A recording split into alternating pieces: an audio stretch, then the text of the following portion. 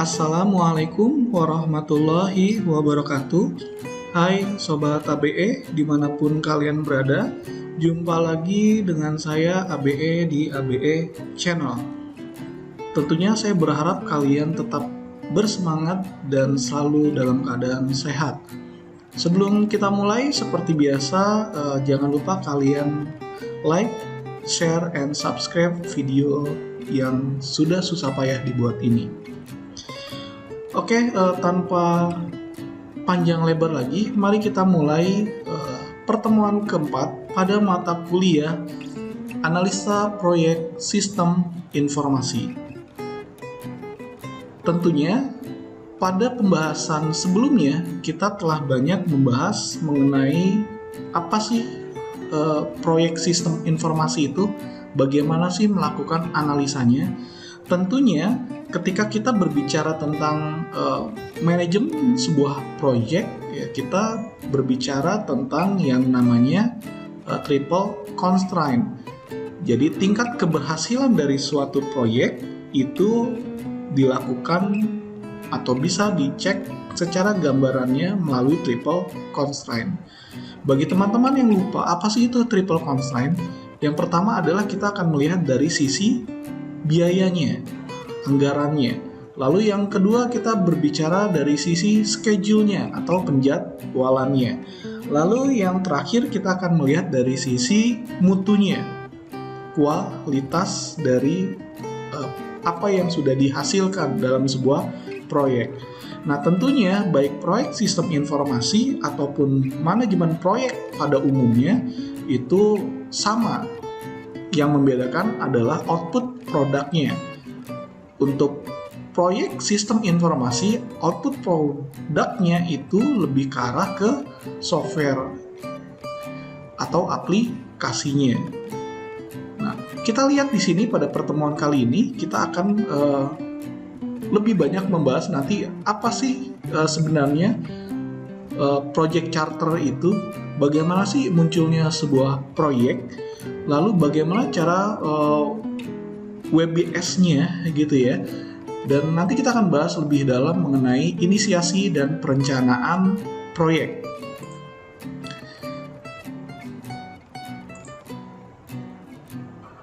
Kalau kita berbicara tentang inisiasi proyek, berarti kita akan memberikan sebuah gambaran baik secara global apa yang akan dikerjakan pada proyek tersebut.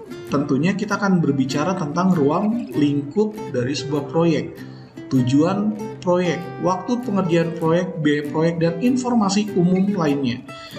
Kalau teman-teman melihat dari jalan gitu ya, dari pembangunan jalan misalnya, tentunya teman-teman melihat di sana ada plangnya misalnya, ada plang yang berisi nama PT-nya, lalu ada nama proyeknya, lalu tipe dananya bagaimana, sumber dananya seperti apa, jumlah dananya bagaimana, pengembangnya siapa misalnya, pengerjanya siapa, estimasi biayanya berapa, lalu total waktunya, durasinya itu berapa lama. Dan ini biasanya kalau di sebuah proyek itu pasti akan ada yang namanya plang proyek. Baik di jalan tol, baik di pembangunan gedung ataupun pembangunan perumahan, biasanya itu pasti ada yang namanya plang proyek jika penggunaannya sesuai dengan standarisasi proyek. Nah, tujuannya apa? Tujuannya ini kita bisa akan melihat bagaimana proyek ini secara terperinci, dan kita akan melihat bagaimana nanti indikator keberhasilannya atau key performance indikatornya. Dan kita bisa melihat dari critical success factor. Jadi nanti akan ada waktu kritikal, di mana ketika waktu kritikal ini berlangsung, jika melebihi dari jangka waktu yang sudah ditentukan, maka hasilnya bisa menjadikan proyek itu terhambat. Jadi bisa molor waktunya. Nah, dan seterusnya kalian bisa lihat di tujuannya, apa sih dasar dari tujuan inisiasi proyek gitu ya. Nanti ada menentukan ruang lingkup, baik secara garis besarnya, nanti sebagai acuannya, dan yang pasti nanti kita akan membuat software project management plan-nya. Jadi acuan dalam pembuatan SPMP-nya tadi.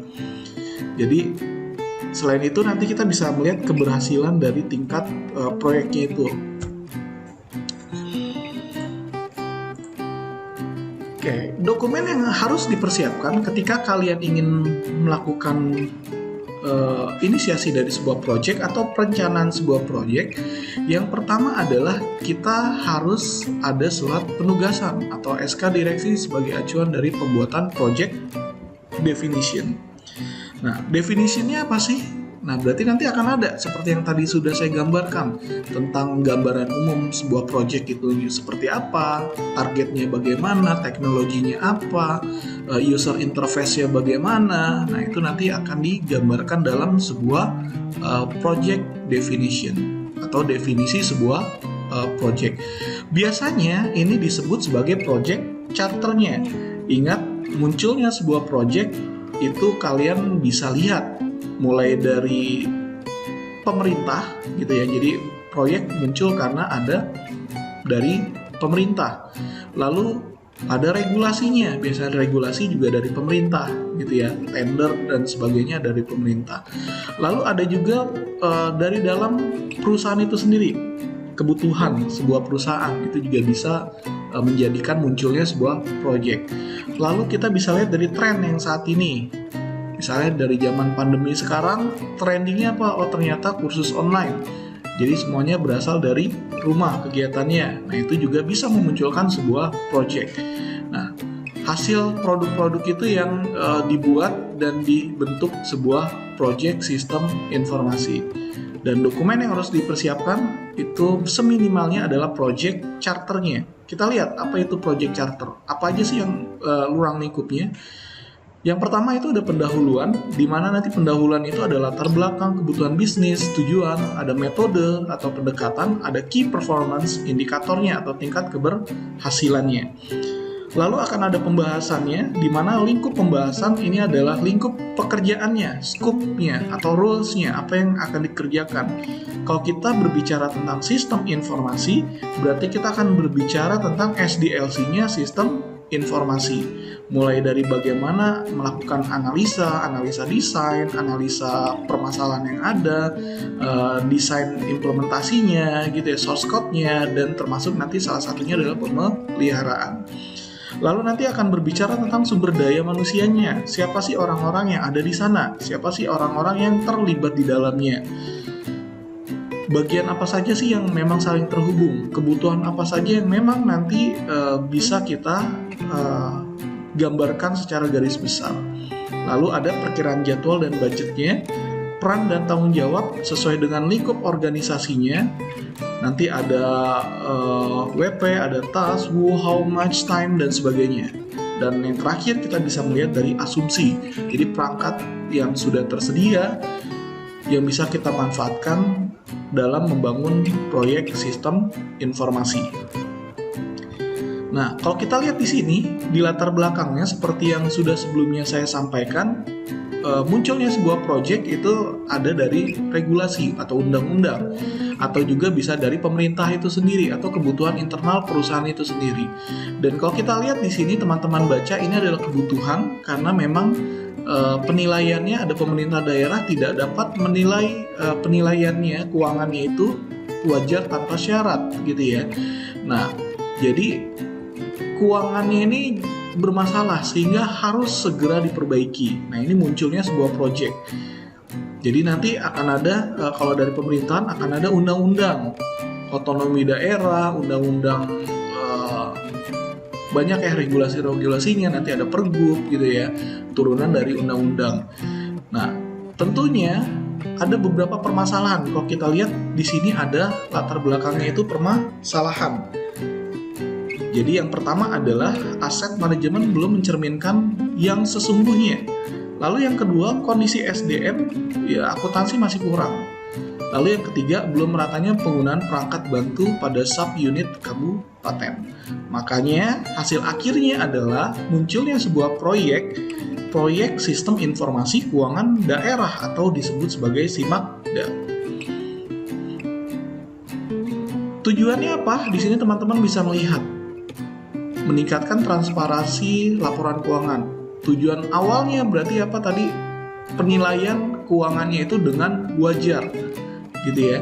Jadi menyediakan informasi keuangan gitu ya, pengelolaan, perencanaan, pengendalian, aset, hutang dan sebagainya. Lalu ada metodenya atau approach-nya, yaitu adalah pengembangan infrastruktur dari IT-nya sendiri atau TI-nya, mulai dari membangun sebuah sistem, membangun sebuah aplikasi, membangun sebuah database. Nah, fungsinya adalah nanti untuk meningkatkan transparansi data keuangan daerah. Nah, aplikasi ini bentuknya adalah web-based. Lalu selanjutnya kita melihat dari Key Performance Indicator. Jadi rata-rata waktu yang dibutuhkan untuk menyelesaikan laporan keuangan maksimal 1 bulan sejak berakhirnya tahun anggaran. Itu adalah O1. Nah, jadi ini kalau teman-teman lihat, ini adalah Key Performance Indicator atau aturan-aturan tingkat keberhasilannya. Jadi menentukan keberhasilan dari sebuah aplikasinya. Aplikasi itu berjalan dengan benar atau aplikasi itu sudah sesuai atau belum. Jika belum sesuai, berarti Key Performance Indikatornya ini bisa dibilang gagal. Dan Key Performance Indicator ini terkait dengan mutunya. Dan ingat teman-teman semua, ketika project ini sudah selesai, maka ada satu langkah lagi yang akan diambil, yaitu dilakukan secara audit gitu ya. Ada pelaksanaan auditnya, baik audit yang dilakukan secara internal ataupun audit yang dilakukan secara publik gitu ya, atau akuntan publik, audit publik. Nah, tentunya teman-teman bisa melihat di sini Key Performance Indikatornya. Yang terakhir di situ ada jumlah waktu yang dibutuhkan sejak terbitnya laporan keuangan yang disetujui dan seterusnya. Diketahui oleh publik itu kurang dari sama dengan 7 hari. Jadi waktunya 1 minggu. Nah, ini ada SOW atau Statement of Work, di mana nanti SOW ini menjelaskan ruang lingkupnya. Jadi apa saja yang dibahas gitu, yang dibutuhkan gitu ya dalam sebuah project. Lalu nanti akan menetapkan boundary condition-nya. Kalau di sistem informasi kita akan melihat bagaimana modul-modul yang adanya nanti. Jadi modul-modul apa aja sih yang ada di sebuah sistem itu. Contohnya kalau kita lihat dari modul keuangan, tentunya yang pastinya ada transaksi keuangan di sana. Nanti akan didetilkan lagi. Jadi nanti akan dispesifikan lagi. Nah, Statement of Work itu nanti akan berbicara tentang perjanjian kerjasamanya gitu ya. Biasanya nanti akan menggunakan bahasa formal sesuai dengan CSOW gitu ya, atau kontrak Statement of Work. Jadi nanti kalau kontrak Statement of Work itu lebih ke arah formalnya gitu ya. Kalau Statement of Work hanya sebatas deskripsinya saja. Dan biasanya dalam sebuah project, Statement of Work itu atau penawaran biasanya atau deskripsi dari sebuah penawaran proposal itu biasanya dapat digunakan dalam finalisasi sebuah kontrak pengerjaan. Nah, SOW ini bisa dilakukan setelah persetujuan. Jadi setelah oke, maka bisa dilakukan persetujuannya after go. Jadi dapat menjadi banyak versi nanti SOW-nya sesuai dengan keinginan dari si usernya. Jadi nanti bisa saja user minta A, B, C, D, nanti kita akan masukkan ke dalam request for proposalnya. Jadi proposal di awal. Nah, nanti akan benar-benar lebih jauhnya adalah kita akan memberikan proposal penawaran pengerjaan sebuah project sistem informasi.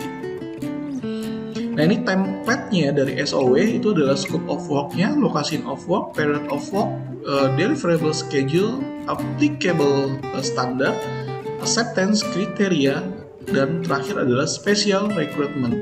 Nah, teman-teman bisa melihat di sini, saya rasa penjelasannya sudah sangat-sangat jelas sekali masing-masing dari scope yang ada di template SOW. Teman-teman bisa baca di modulnya atau di slide-nya.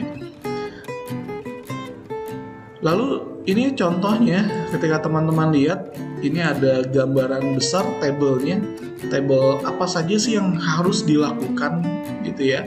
Nah, ini teman-teman bisa lihat mulai dari nanti informasinya apa sih yang harus ada di informasi tersebut, lalu teknologi apa sih yang akan diterapkan, lalu prosesnya itu seperti apa sih, staffnya itu bagaimana sih, manajemennya seperti apa sih, nanti akan dijelaskan di sini.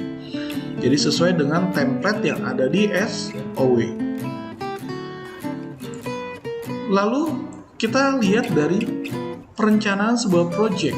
Kalau teman-teman tadi kita melihat dari awal pembuatan sebuah project, mulai munculnya project charter, lalu kita berbicara tentang SOW, ketika masuk ke dalam kata-kata tender itu sudah kalian dapatkan, maka kalian juga akan melakukan perencanaan sebuah project. Tentunya ini akan memberikan atau menentukan seberapa banyak atau seberapa besar usaha yang kalian lakukan dalam membangun sebuah sistem informasi tersebut, baik alokasi waktunya, baik alokasi resource SDM-nya atau resource daya guna lainnya, dan tentunya penyelesaian dari sebuah project itu sendiri. Dan ingat, ketika kalian punya sebuah project, kemarin saya sempat bilang, kalau kalian punya project di bawah keuntungan 20%, maka bisa dibilang kalian merugi. Karena kenapa? Karena yang namanya project itu harus minimal itu adalah 20% keuntungannya. Karena ketika kita berbicara tentang sistem informasi, pasti nanti akan ada tahap pemeliharaan. Nah, pemeliharaan ini kalian juga harus hitung dengan sesama. Lalu nanti kalian juga bisa melihat, biasanya nanti akan ada biaya-biaya tak terduga, biaya-biaya yang lain-lainnya. Dan ini yang memang harus diselesaikan. Jadi kalau kalian memang punya project dan hasilnya adalah 20% lebih atau di atas itu, maka kalian mendapatkan keuntungan. Jika tidak, biasanya standarnya orang akan bilang ini adalah project yang tidak menguntungkan kalau hanya di bawah 20%. Ditambah lagi nanti kita akan melihat dari sisi pembayarannya. Pembayarannya kalau bertahap dan dihutang biasanya agak lebih sulit kita memperhitungkan dari tingkat kerugiannya. Oke, ini teman-teman bisa baca sendiri tujuan dari perencanaan sebuah project, mendefinisikan, membuat detail jadwal, menentukan alokasi dana, prosedur, mekanisme, pengontrolan, dan sebagainya. Ini adalah tujuan yang teman-teman bisa lakukan dalam sebuah perencanaan project. Lalu ada juga menentukan kualifikasi, mengidentifikasi resiko-risiko project. Nanti kita bisa lihat risk manajemennya seperti apa. Jadi resiko-resiko yang ada di projectnya itu bagaimana. Nanti ada kualifikasi SDM-nya supaya sesuai dengan lingkup ruang tanggung jawabnya atau wewenang, uraian tugas dan wewenangnya. Dan yang paling penting adalah ketika kalian menjadi project manager, ingat yang memimpin sebuah project itu adalah project manager. Kalian juga harus membuat perencanaan dalam hal komunikasi selama pelaksanaan project. Baik komunikasi antar internal maupun terhadap antar usernya atau eksternalnya atau terhadap ownernya. Dan tentunya kita harus menentukan dan menyetujui project baseline-nya untuk mengukur kinerja sebuah project. Jika tidak, ingat kegagalan banyak dari sebuah proyek sistem informasi karena ketidakjelasan. Jadi tidak jelasnya aturan-aturan yang digunakan sampai sejauh mana sistem itu dibuat. Dan ini harus diperjelas lagi gitu ya. Ini banyak proyek sistem informasi yang dianggap gagal karena tidak mendapatkan keuntungan, bahkan harus nombok karena programmernya harus berulang-ulang dan tidak sesuai dengan deadline-nya. Ingat, ketika kita berbicara deadline dalam sebuah project sistem informasi, biasanya dalam sebuah kontrak itu ada yang namanya penalti yang harus dibayarkan ketika molor dari sebuah jadwal. Oke, ini dokumen-dokumen yang harus dipersiapkan dalam hal perencanaan sebuah project. Ini ada project definition, tadi project charternya ya, teman-teman bisa lihat. Lalu ada work breakdown structure atau WBS yang sudah dari awal juga sempat saya sounding ke teman-teman semuanya.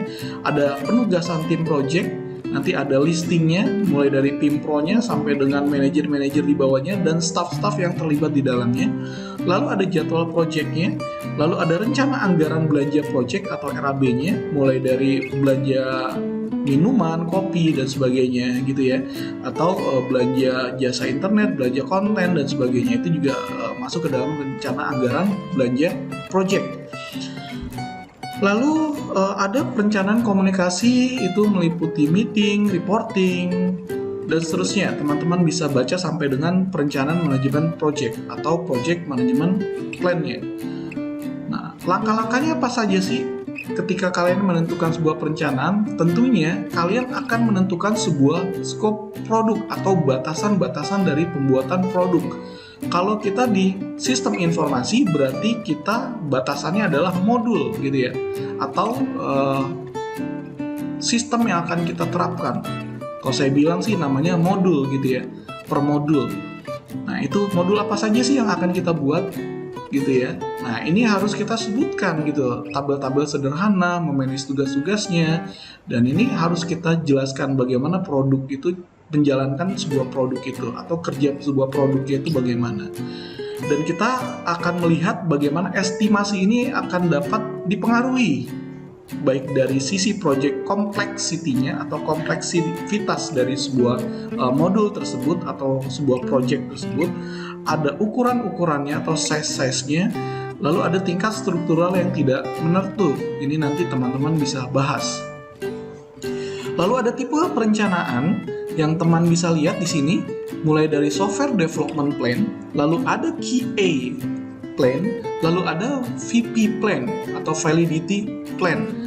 Di sini sudah jelas sekali ketika kita ingin membangun sebuah software atau membangun sebuah project sistem informasi, harus ada software development-nya.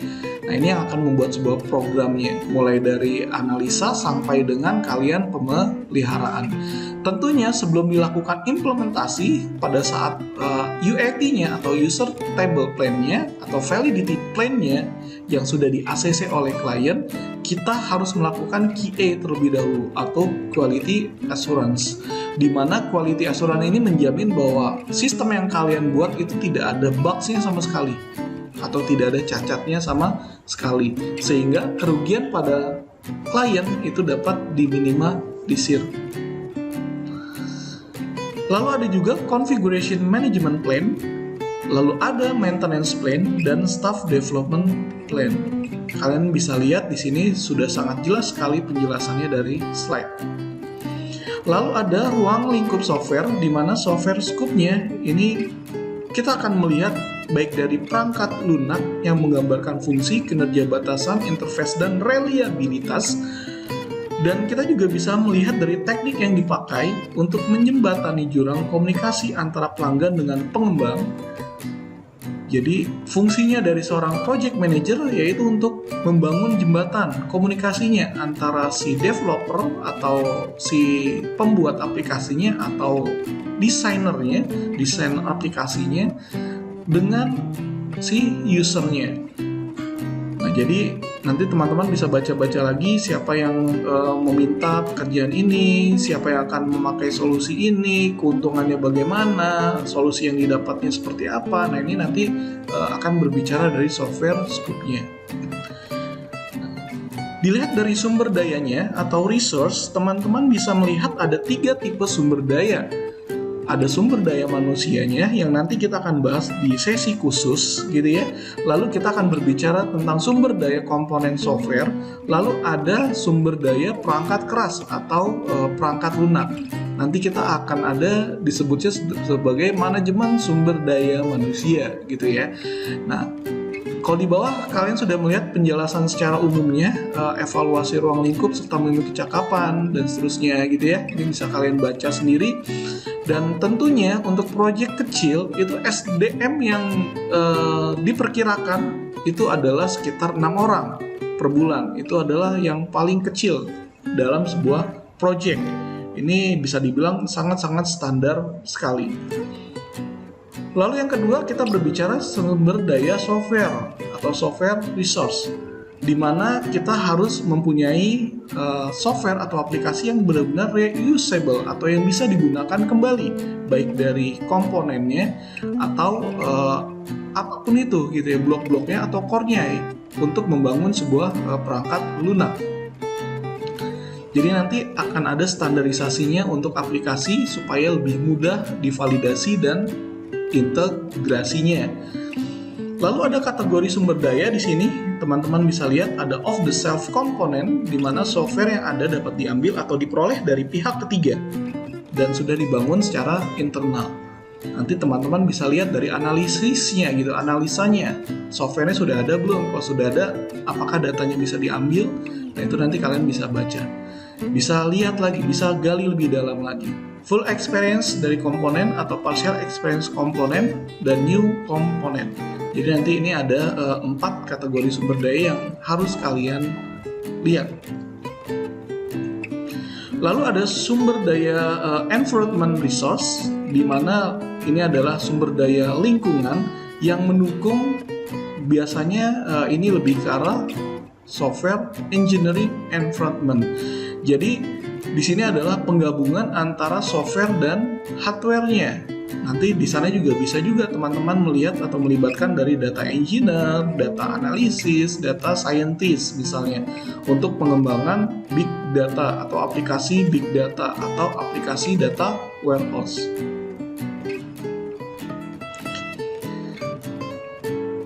Nah, software project estimation ini adalah agar meraih cost atau biaya dan usaha atau effort yang reliable. Jadi benar-benar sesuai dengan peruntukannya. Ingat triple constraint yang tadi kita sebutkan tadi. Semakin penjadwalannya panjang, maka semakin cost yang kita butuhkan juga semakin besar. Ketika menunda estimasi, maka nanti juga akan menjadi masalah gitu ya. Menunda biaya berarti nanti akan ada menunda pekerjaan. Nah, ini teman-teman bisa melihat nanti. Jadi bagaimana ada yang namanya teknik dekomposisi. Dan teman-teman bisa baca nanti di slide-nya, ini saya rasa sudah sangat jelas sekali. Nah, apa sih dekomposisi ini? Nah, dekomposisi ini adalah membagi-bagi proyek dalam fungsi-fungsi utama dan aktivitas pengembangan software yang berhubungan dengan estimasi biaya. Nah, teman-teman nanti akan bisa menggunakan Microsoft Project untuk membuatnya. Jadi pada pertemuan kedua ya, kalau tidak salah itu kalian sudah berlatih menggunakan Microsoft Project dari sistem atau dari project yang akan kalian buat atau yang akan kalian kerjakan. Nah, pengembangan estimasi biaya dan usaha adalah suatu hal yang sangat kompleks. Tentunya ketika kita salah melakukan estimasi, maka bisa saja proyek tersebut mengalami pembengkakan biaya, atau bisa saja proyek tersebut jadi mangkrak, bisa saja nanti proyek tersebut jadi gagal. Dan seterusnya teman-teman bisa baca, ada dekomposisi masalah, ada dekomposisi proses. Lalu ada software sizing, di mana akurasi estimasi proyek sistem informasi berdasarkan dari tingkat perencanaan yang telah dan tepat mengestimasi ukuran ke dalam kerja manusia, kalender waktu, dan uang. Jadi ada SDM-nya, lalu ada kalender waktunya atau jadwalnya, ada uangnya. Nanti ujung-ujungnya adalah masuk ke dalam triple constraint. Dan yang paling penting di sini software sizing mencerminkan kemampuan tim. Estimasi project sama dengan ukuran kerja yang dilakukan. Jadi nanti istilahnya adalah ruang lingkup pekerjaannya. Ada metrik estimasi dan identifikasi tugas. Nah, di sini nanti kita akan membuat dari barisan-barisan kode yang dibuat atau line of code-nya. Jumlah layar dan report yang akan dibuat, jumlah entity dan atribut serta relasi yang akan dibangun. Nah, ini adalah gunanya dari software metrik. Jadi kalian bisa melihat ketika kebutuhan suatu aplikasi satu layar itu apa saja yang bisa dilakukan. Mengapa perlu software metrik? Nah, ini adalah merupakan dasar untuk membandingkan dengan proyek yang lain untuk merecord atau mendata progres. Contohnya ini 75% database, ini 45% pembuatan layar, lalu untuk memonitor error, bugs, dan sebagainya. Contohnya, ada 3 tugas yang memerlukan waktu penyelesaian selama 3 minggu. Jadi totalnya menjadi 6 minggu. Ternyata tugas A memakan waktu 3 minggu pas. Apakah tugas B dan C akan selesai lebih cepat? Atau atau lebih lama dari 3 minggu. Nah, makanya nanti kita akan melihat bagaimana cara pengaturan jadwalnya. Nanti kita akan masukkan ke dalam Microsoft Project-nya. Ketika kita melihat ternyata ada nanti istilahnya adalah waktu kritikal atau waktu kritis, di mana ketika project atau pengerjaan A misalnya, itu akan mempengaruhi pengerjaan dari tugas B dan C misalnya. Nah, itu juga nanti akan dibilang waktu krisis. Nah, waktu krisis ini yang harus kita monitor terus-menerus. Nah, ada beberapa hal yang perlu kalian lakukan dalam memonitor progres. Tentunya kita akan melihat dari analisa performa aktual, aktivitas harus diukur selesai atau 75% selesai, atau 50% selesai, dan sebagainya. Lalu membuat progress report. Semakin cepat kita tahu bahwa suatu pekerjaan selesainya terlambat, semakin baik. Kenapa? Fungsinya kita bisa melakukan melakukan tindakan pencegahan atau preventif supaya proyek itu tidak gagal. Jadi teman-teman bisa melakukan pengendalian atau pengontrolan. Ini estimasi, jangan terlalu over optimistic karena kita terutama masalah harga dan biayanya, bisa saja nanti biaya yang kalian buat, yang kalian berikan itu ternyata jauh lebih murah atau kalian bisa merugi. Terutama kalau kita berbicara tentang hardware, perangkat keras berhubungan dengan teknologi, tentunya harganya mengikuti dolar dan tentunya fluktuatifnya juga luar biasa naik turun. Nah, jadi nanti kita harus melihat bagaimana penyelesaiannya, estimasinya yang paling terburuk seperti apa, progresnya progres sangat jarang dimonitor dan sebagainya. Dan perlunya ada rapat-rapat proyek untuk memonitor sebuah progres. Nah, ini ada identifikasi tugas-tugas, nanti akan ada WBS atau Work Breakdown Structure. Di sini alat grafis untuk menyelesaikan tugas-tugasnya, ada 2 pendekatan berdasarkan dari proses dan berdasarkan dari produknya. Lalu ada deliverable, ada milestone. Ini yang teman-teman nanti bisa lakukan atau bisa lihat di Microsoft Project. Jadi deliverable ini adalah hasil yang diserahkan kepada customer pada fase akhir project besar. Jadi spesifikasi, perancangan, dan sebagainya. Biasanya deliverable ini di laporan akhir biasanya. Lalu ada milestone. Milestone ini adalah tingkat pencapaian pekerjaan dalam semua tahapan. Biasanya ini dilakukan per minggu. Biasanya milestone ini dilakukan per minggu progresnya. Fungsinya apa? Fungsinya untuk melakukan pengontrolan supaya jika di luar dari jadwal yang sudah ditentukan, maka dari Pimpronya atau pimpinan proyeknya bisa lebih cepat tanggap. Nah, ini teman-teman bisa lihat fase dari potential deliverable bypass. Jadi fasenya ini seperti SDLC ya. Mulai dari software concept, recruitment, analysis, design, coding and bugging, lalu systems testing, deployment and maintenance.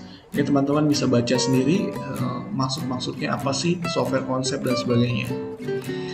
Lalu ada hubungan dari WBS, ada objective goals-nya atau tujuan dari sebuah project-nya, nanti akan di-convert ke main deliverable, lalu nanti ada aktivitas yang ada, lalu nanti ada sub-deliverables, dan nanti akan dibuat sebuah WBS. Manfaat dari WBS, penjadwalan, estimasi biaya, analisis resiko, struktur organisasi, pengawasan, dan pengukuran. Nah, saya sudah banyak menyampaikan mulai dari penjadwalan, mulai dari estimasi biaya, mulai dari analisis resiko, mulai dari pengawasan, pengukuran, itu sudah sempat banyak kita bahas. Oke, ini contoh sebuah WBS, sebuah produk. Di sini goalnya adalah aplikasi itu berdasarkan basisnya adalah intranet. Lalu ada web design, ada sitemap, graphic design, ada program, homepage design, text, image, hyperlink, ada marketing page, ada sales page, dan sampai dengan hyperlinks. Nah, tentunya ini kita convert lagi ke dalam sebuah prosesnya. Mulai dari level 0, entire project, intranet project gitu ya, berarti dilakukan secara intranet. Nanti kita berbicara level 1-nya berbicara konsep, web design, website development, ada rollout dan supportnya. Lalu yang level kedua itu evaluasi, define requirement dan seterusnya. Level 3 ini nanti berbicara tentang requirement-nya. Ada define user, define content, define system, define server owner requirement.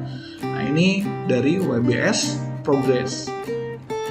Nah, ini contoh dari penulisan sebuah WBS. Ada chart organisasi WBS, outline-nya di sini 0.0, 1.0. Nah, ini sama seperti yang tadi kita buat.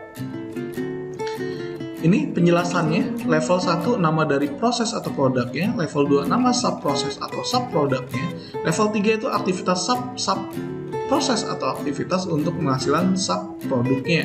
Level 3 bisa ke level 2 bila proyeknya skala kecil di mana tak dibutuhkan level 3 kalau tidak ada sub-proses. Nah, ini tools untuk membuat WBS, ini ada dia, Visio gitu ya, OpenOffice, Microsoft Office. Ini aplikasi presentasinya, aplikasi project manajemennya, itu ada Microsoft Project, ada .project yang sudah saya sebutkan atau kita sudah membuatnya di pertemuan kedua.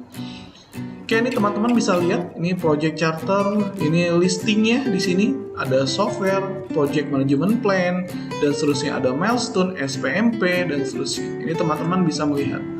Ada software, front end akuntansi, ada konsep, ada analisis, ada desain gitu ya. Nah, ini teman-teman bisa melihat di sini. Waktunya. Oke. Lalu yang terakhir kita akan berbicara tentang estimasi durasi. Bagaimana sih cara kita melakukan estimasi durasinya atau waktu jumlah minimumnya? Ini teman-teman bisa lihat ya. Di sini ada estimate effortnya, ada dependensinya atau ketergantungannya. Kita bisa lihat. Kalau di sini dependensinya 14 dan 22, berarti nanti ini tergantung dari 1, 4, dan 22. Nanti kita lihat. Dan ini sudah dijelaskan pada pertemuan kedua. Kita lihat di sini estimasi durasinya. Jadi diperlukan untuk menjalankan sebuah tugas, the optimistic duration. Lalu yang kedua adalah pessimistic duration. Jadi waktu maksimum. Kalau yang tadi waktu minimum itu adalah optimistic duration. Kalau waktu maksimum itu adalah pessimistic duration. Lalu ada lagi yang kita berbicara tentang estimasi duration. Itu yang nomor 3, ide. Atau kita kalkulasi dari durasinya most likely atau disebut sebagai D atau durasinya, duration.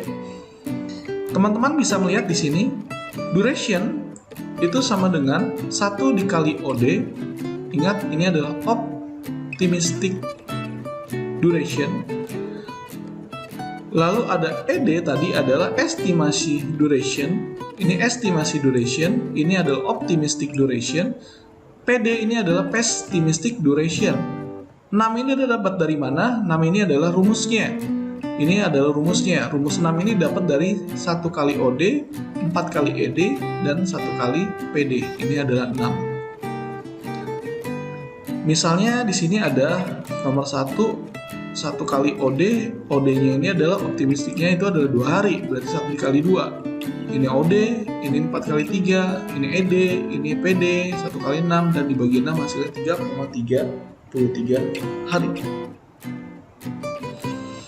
Oke, di akhir penghujung kita pada pelajaran kali ini, tentunya jika kalian ada yang ingin bertanya atau melakukan kebingungan gitu ya, kebingungan tentang penjelasannya, kalian bisa menanyakan di grup kelasnya atau kalian bisa menuliskan di kolom komentarnya. Nah, selanjutnya kita akan berbicara tentang tugas pada pertemuan kali ini. Tugasnya adalah kalian akan membuat sebuah project charter, scope of work, dan WBS-nya. Jadi ada 3 yang